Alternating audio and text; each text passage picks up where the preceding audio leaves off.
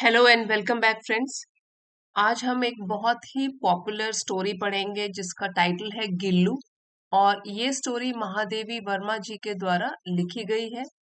और आज हम इसका फर्स्ट पार्ट पढ़ेंगे। अगर आपको पसंद आएगी तो मैं पार्ट 2 और पार्ट 3 भी लेकर आऊंगी, because it is a very long story. और आज की स्टोरी के पार्ट 1 के थ्रू आप ऑलमोस्ट 50 न्यू वोकेबलरी वर्ड सीख सकते हो। एडवांस लेवल की वोकेबलरी है, सो ध्यान से इसको समझिएगा। और हम साथ साथ सिनोनिम्स भी करेंगे, तो आपका और वोकेबलरी स्ट्रांग हो जाएगा। ऑलमोस्ट 15 वर्ड्स आप आज सीख सकते हो। इन कॉन्टेक्स्ट पहले डिटेल में समझेंगे, लास्ट में रिवाइज भी करेंगे वोकेबलरी। सो ओवरऑल वीडियो काफी हेल्पफुल रहेगा। इसी के साथ लाइक कर दीजिए, पहली बार अगर चैनल पे आए हैं सब्सक्राइब भी कर लीजिए, साथ ही नोटिफिकेशंस ऑन करना ना भूलें, ताकि आने वाले वीडियोस की नोटिफिकेशंस भी आपको मिलती रहें। सो आज हम पढ़ रहे हैं पार्ट 1, अनएक्सपेक्टेडली। ओके, गिल्लू तो एक गिलहरी का नाम है ये, और जो कि है बेबी स्क्विरल। स्क्विरल स्पेलिंग देख लीजिए, स्क्विरल मतलब गिलहरी, और बच्चा मतलब कि जो बेबी था स्क्विरल, उसकी कहानी है, उसका नाम है Gillu. Unexpectedly one morning, comma दिया गया है, जहां जहां कॉमा है वहां पे हम पॉज करेंगे। अनएक्सपेक्टेडली ये एडवर्ब है, इसका मीनिंग होता है अचानक से। यहाँ पे प्रोनाउंसिएशन भी लिखी हुई है, जिसको कि एक्सपेक्ट न किया गया हो, अचानक से हो जाए। अनएक्सपेक्टेडली, एक दिन, एक सुबह, अचानक से। Something that happens without warning, बिना चेतावनी के कोई चीज हो जाए उसको हम बोलते हैं अनएक्सपेक्टेडली। और इसको हम सडनली या एब्रप्टली भी बोल सकते हैं, इसके सिनोनिम्स ही हैं, सडनली अचानक, एब्रप्टली अचानक से। अनएक्सपेक्टेडली, एक सुबह, when I entered the veranda from the room, I यहाँ पे फर्स्ट पर्सन में कहानी सुनाई गई है। तो जो नैरेटर है, जब एंटर मीन्स उन्होंने प्रवेश किया वेरांडा, बरामदे में अपने रूम से। आई सॉ टू क्रोज, मैंने दो कौवे देखे। Playfully poking their beaks at the flower pots, अभी भी कॉमा है, सेंटेंस खत्म नहीं हुआ है। प्लेफुली मीन्स खेल खेल में, और पोकिंग का मतलब होता है कुरेदना, ठीक है। देयर बीज मतलब अपनी बीक से, चोंच से वो लोग कुरेद रहे थे। अब देयर यहाँ पे प्लूरल इसलिए यूज किया गया क्योंकि यहाँ पे टू क्रोज हैं, दो क्रोज, दो कौवे अपनी अपनी चोंचों से कुरेद रहे थे एट द फ्लावर पॉट्स, फूलों के गमले।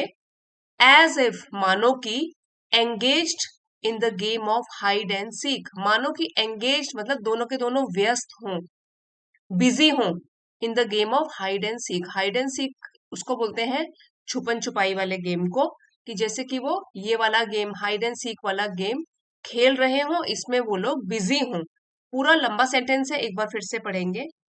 Unexpectedly one morning, when I entered the veranda from the room, I saw two crows playfully poking their beaks at the flower pots, as if engaged in the game of hide and seek. अब एक बार इसका translation आपको फिर से बता देती हूँ। अचानक से एक सुबह जब मैं कमरे से बाहर बरामदे में आई, या मैंने बरामदे में प्रवेश किया, मैंने देखा कि दो कौवे खेल खेल में अपनी चोंचों को दो फूलदान में कुरेद रहे थे, मानो कि वो दोनों छुपन छुपाई का खेल खेल रहे हों। सडनली माय असिड्यूअस, असिड्यूअस यहाँ लिखा हुआ है, assiduous critic, critic of this mythical tale, mythical tale of the crow was intercepted, intercepted by my gaze that fell on this tiny being. पहले इतने ही करते हैं क्योंकि फिर से ये बहुत ही लंबी लाइन है, यहां से यहां तक पूरा। सडनली अचानक, माय असिड्यूअस क्रिटिक, तो असिड्यूअस इसका मतलब होता है मेहनती या लगनशील, ये एक एडजेक्टिव है। Showing great care and effort, ठीक है। और इसी के सिनोनिम्स है डिलीजेंट, हार्ड वर्किंग, जो कि बहुत ही मेहनत करता है या लगनशील होता है। तो असिडुअस, और साथ ही में एक वर्ड था क्रिटिक, क्रिटिक इसका मतलब होता है आलोचना करने वाला, या एक और इसका मीनिंग होता है समीक्षा, एनालिसिस करना, डिटेल में जो एनालिसिस करता है, एनालाइज करता है, और डिटेल एनालिसिस और जजमेंट। तो इसके सिनोनिम्स हो गए इवैल्यूएशन और रिव्यू। यहाँ पे सेंटेंस को हम तोड़ तोड़ के समझेंगे, बहुत लंबा सेंटेंस है। देखिए यहाँ बोला गया सडनली माय असिड्यूअस क्रिटिक, इतना करते हैं पहले कि अचानक से मेरा, असिड्यूअस मीन्स मेहनती या लगनशील, जो क्रिटिक था समीक्षा करने वाला। अब यहाँ पे है of this mythical tale of the crow, लेकिन ये असिड्यूअस क्रिटिक किसके बारे में है? वो इसके बारे में है, of this mythical tale, tale होता है कहानी, क्रो कौओं की जो एक मिथिकल पौराणिक कहानी है, वो वॉज इंटरसेप्टेड। अब intercepted means to stop something before it reaches its destination, means रोका गया, ब्लॉक कर दिया गया, प्रिवेंट कर दिया गया। तो ये है सिनोनिम इसके, इंटरसेप्ट मतलब रोकना। सो यहाँ पे आप बोल सकते हो कि अचानक से जो मेहनत और लगन के द्वारा, उनके द्वारा की गई एक समीक्षा थी कौओं के बारे में, मिथिकल मतलब पौराणिक कहानी कौओं के बारे में जो उनकी समीक्षा थी, वो टूट गई या रोक दी गई। किसके द्वारा रोक दी गई, इंटरसेप्ट कर दी गई? बाय माय गेज, मेरी नजर जो कि पड़ी, that fell on this tiny being, इस छोटे से जीव पर जब मेरी नजर पड़ी, तो मेरी लगन से की गई गहरी आलोचना उस पौराणिक कौओं की कहानी के ऊपर वो रोक दी गई। अब ये जीव क्या था? लाइंग हिडन, जो कि पड़ा हुआ था, छिपा हुआ, hidden in the gap, gap मतलब एक जो भी दरार में, at the junction of the pot with the wall, junction होता है एक ऐसा प्लेस या पॉइंट वेयर टू और मोर थिंग्स मीट। तो यहाँ पे कौन सा पॉइंट है? Junction of the pot with the wall, means जैसे कि ये दीवार है और यहाँ पे एक फूलदान रखा गया है, तो ये हो गया उसका जंक्शन, ये वाला पॉइंट, ठीक है। जहाँ पे पॉट दीवार से मिलता है उसको बोला गया है यहाँ पे जंक्शन। और lying hidden in the gap, यहाँ पे जो एक गैप था, एक दरार रही होगी, वहां पे जब मेरी नजर पड़ी तब। फिर से एक बार पूरी लाइन को अब समझते हैं और पढ़ते हैं। Suddenly my assiduous critic of this mythical tale of the crow was intercepted by my gaze that fell on this tiny being lying hidden in the gap at the junction of the pot with the wall। और इसका meaning हुआ कि मेरी बहुत ही लगन से की गई आलोचना उस पौराणिक कौवे की कहानी के बारे में रोक दी गई जब मेरी नजर पड़ी उस छोटे से जीव पर जो कि पड़ा हुआ था, छिपा हुआ उस गैप में, उस दरार में, जो कि दीवार के साइड में, दीवार के साइड के पॉट में पड़ा हुआ था। ये जो लाइन है यहाँ पे, assiduous critic of this mythical tale of the crow, आपके लिए अलग से भी इसका मीनिंग लिखा गया है कि मेरी लगन से की गई गहरी आलोचना उस पौराणिक कौवे की कहानी के बारे में वो रोक दी गई, उसको इंटरसेप्ट कर दिया गया। चलिए, आई होप इतना क्लियर हो गया आपको। अभी आगे बढ़ते हैं। इसीलिए इसको पार्ट्स में देखिए, अलग अलग पार्ट्स में इसीलिए बनाया है क्योंकि थोड़ा डिफिकल्ट वोकैबुलरी है। मूविंग क्लोजर, अब पास जाकर, आई saw that it was a tiny baby squirrel that must have accidentally fallen down from a nest। इतना करेंगे पहले। जब मैं पास गई, मूविंग क्लोजर, पास जाने से, आई सॉ मैंने देखा, that it was a tiny baby squirrel कि वो एक छोटा सा गिलहरी का बेबी था, बच्चा था। That must have accidentally fallen, accidentally means अचानक से ही गिर गया होगा, मस्ट हैव क्योंकि यहाँ पे अनुमान लगाया गया है, गेस किया गया है कि हो सकता है कि वो अचानक से वहां पे गिर पड़ा होगा किसी नेस्ट से, किसी घोंसले से। And was now being considered by the crows to be an easy prey. अब ये फुल स्टॉप है यहाँ पर। एंड, और अब वो, कंसिडर मीन्स सोचा जा रहा था, now being considered by the crows, कौवों के द्वारा वो कंसिडर किया जा रहा था, कि वो एक शिकार बन जाए उनका, मीन्स कौवे उसको कंसिडर कर रहे थे कि हम उसको खा लें। फिर से एक बार पढ़ेंगे, moving closer, I saw that it was a tiny baby squirrel that must have accidentally fallen down from a nest and was now being considered by the crows to be an easy prey। तो prey का मतलब क्या होता है? शिकार। पास जाकर देखा तो एक छोटा सा गिलहरी का वो बच्चा था जो शायद किसी घोंसले से गिर गया था, और अब वो कौवे जो थे उसे आसान शिकार समझ रहे थे। Having sustained two wounds, wounds देखिए यहाँ प्रोनाउंसिएशन लिखी है, due to the assault by the pair of crows was enough for this tiny being, and he was now motionless, clinging to the pot। इसको तोड़ तोड़ के अभी पढ़ेंगे। देखिए, having sustained two wounds, wound का मतलब होता है घाव, चोट, ठीक है, और सस्टेन होता है कि झेलना। तो सस्टेन एक वर्ब है, इसका मतलब होता है झेलना, टू सफर और एक्सपीरियंस समथिंग। इसके सिनोनिम्स में हो गए एंड्योर्ड या अंडरवेंट। तो सस्टेन और वूंड्स के बारे में भी आपको बताया था, इसका मतलब होता है घाव, इंजरीज टू द बॉडी। इसके भी सिनोनिम्स होते हैं इंजरी या cuts. Having sustain two wounds due to the assault. अब असॉल्ट का मीनिंग होता है हमला, अ वायलेंट अटैक, और इसी के सिनोनिम होता है अटैक या स्ट्राइक, हमला। हमले के कारण, इस हमले के कारण दो घाव झेलकर, by the pair of crows, इस कौवे की जोड़ी के द्वारा, वॉज इनफ, वो काफी था, फॉर दिस टाइनी बीइंग, इस छोटे से जीव के लिए, and he was now motionless, और अब वो था, मोशनलेस मीन्स कोई हरकत नहीं हो रही थी, बिना किसी मोशन के वो पड़ा हुआ था।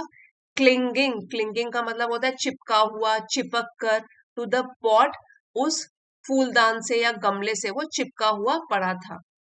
सो पूरी लाइन का मीनिंग हो गया, उस कौवों की जोड़ी के द्वारा दो घाव झेलने के बाद इतना ही उसके लिए काफी था, उस छोटे से जीव के लिए काफी था, और अब वो निश्चल होकर, बिना हिलडुल कर, गमले से चिपका हुआ पड़ा हुआ था।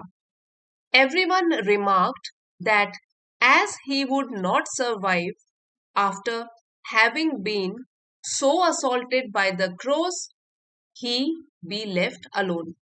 हर एक लोग ने टिप्पणी करी, रिमार्क किया कि as he would not survive, क्योंकि वो अब सरवाइव नहीं कर पाएगा, जीवित नहीं रह पाएगा, after having being so assaulted by the crows, कौवों के द्वारा इतनी बुरी तरीके से हमला किए जाने के बाद, ही बी लेफ्ट अलोन, उसको अकेला छोड़ देना चाहिए। But my mind refused to accede, लेकिन मेरे दिमाग ने रिफ्यूज, मना कर दिया, accede मीन्स सहमति देने से, मानने से, टू देयर व्यूज, उन लोगों के व्यूज जो भी उन्होंने अपने विचार व्यक्त किए थे, एंड देयरफॉर, इसलिए, I gently lifted him up, मैंने बहुत ही प्यार से उसको उठाया ऊपर, and brought him to my room, उसको अपने कमरे में ले आए, and after wiping the blood from his wounds with a cotton wool, और वाइपिंग मतलब कि साफ करना, खून साफ करके उसके घाव से एक कॉटन वूल मीन्स रुई के द्वारा, अप्लाइड पेनिसिलिन ऑइंटमेंट, मैंने उसके घावों पर पेनिसिलिन का मरहम लगाया, ऑइंटमेंट दवाई लगाई। I try to feed him by somehow putting the thin cotton wool wick dipped in milk to his mouth. Tried मतलब मैंने कोशिश करी, फीड हिम खिलाने की उसको, समहाउ किसी तरह से, putting the thin cotton wool wick, जो कॉटन वूल मतलब रुई की एक बत्ती सी बनाई, उसको फिर डिप किया मिल्क से भरे हुए एक बोल में, इसको डिप किया, और उसका रुई का एक बत्ती सी बनाकर उसको ट्राई किया फीड कराने का, खाना खिलाने का या दूध पिलाने का। I try to feed him by somehow putting the thin cotton wool wick dipped in milk to his mouth, उसके मुंह में, but he was unable to open his mouth, लेकिन वो अपना मुंह खोलने में भी सक्षम नहीं था, ठीक है, वो नहीं खोल पा रहा था। And the drops of the milk only slid down from both sides, और जो दूध की बूंदें थी, देखिए स्लाइड मतलब फिसल जाना, और उसका पास्ट टेंस हो गया स्लिड, वो केवल फिसल के रह गई उसके मुंह के दोनों साइड से, दोनों कोनों से। उसके मुंह नहीं खुल पाया क्योंकि वो अभी घायल था, और वो दूध की बूंदें उसके मुंह के दोनों साइड से फिसल के गिर पड़ी, नीचे बह गईं। Only after several hours of tending, tending का मतलब होता है, यहाँ पे लिखा है देखभाल करना, किसी की केयर करना, केयर फॉर समवन और समथिंग। सो इसी को हम नर्सिंग भी बोल सकते हैं, अटेंडिंग भी बोल सकते हैं, देखभाल। सेवरल मतलब कुछ घंटों तक देखभाल करने के बाद ही, only after, could I manage, मैं प्रबंध कर सकी या सफल हो सकी, to put one drop of water in his mouth, उसके मुंह में एक पानी की बूंद डालने में। और ये कब पॉसिबल हुआ? जब उसकी देखभाल कुछ घंटों तक हो पाई। Only after several hours of tending could I manage to put one drop of water in his mouth, but on the third day he became so much better, लेकिन तीसरे दिन, मतलब देखभाल करते हुए जब तीसरा दिन हुआ, ही बिकेम वो बन गया, सो मच बेटर इतना सुधार हो गया उसमें, and assured me that he would use his two tiny claws, कि उसने मुझे आश्वस्त कर दिया, अश्योरेंस दे दी, निश्चित करा दिया, ही वुड यूज कि वो यूज करेगा, इस्तेमाल करेगा, प्रयोग में लाएगा, हिज टू टाइनी क्लॉज अपने छोटे छोटे दो पंजे, टू होल्ड माई फिंगर मेरी उंगली को पकड़ने के लिए, एंड गेज और देखता रहेगा, ऑल अराउंड चारों ओर, with his blue glass beads like eyes. अब देखिए ये हाइफनेटेड वर्ड्स है, मतलब आंखें, और फिर ये एडजेक्टिव है जो डिस्क्राइब कर रहा है आंखें, मतलब कि जो कांच के बीड्स की तरह थी, कंचे की तरह लग रही थी, और नीले रंग की थी। एंड इन 3-4 months, और फिर 3-4 महीनों में, ही एस्टोनिश्ड एवरीवन, एस्टोनिश मतलब उसने हैरान कर दिया, आश्चर्यचकित कर दिया, यहाँ पे प्रोनाउंसिएशन लिखा है एस्टोनिश्ड, ग्रेटली सरप्राइज्ड और अमेज्ड, और इसी के सिनोनिम्स है अमेज्ड या शॉक्ड, उसने बिल्कुल ही हैरान कर दिया, सबको आश्चर्य में डाल दिया, एवरीवन हर किसी को, विद हिज स्मूथ फर, अपने, स्मूथ मीन्स मुलायम, और फर हो गए उसके जो बाल थे शरीर में, फर, बुशी टेल घनी सी पूंछ, बुश के जैसी घनी पूंछ, एंड नॉटी शरारती, रिफलजेंट, रिफलजेंट आईज, तो रिफलजेंट का मतलब होता है चमकदार, रिफलजेंट एक एडजेक्टिव है, चमकदार, शाइनिंग वेरी ब्राइटली, और इसके सिनोनिम्स रिफलजेंट के होते हैं रेडिएंट या ग्लीमिंग।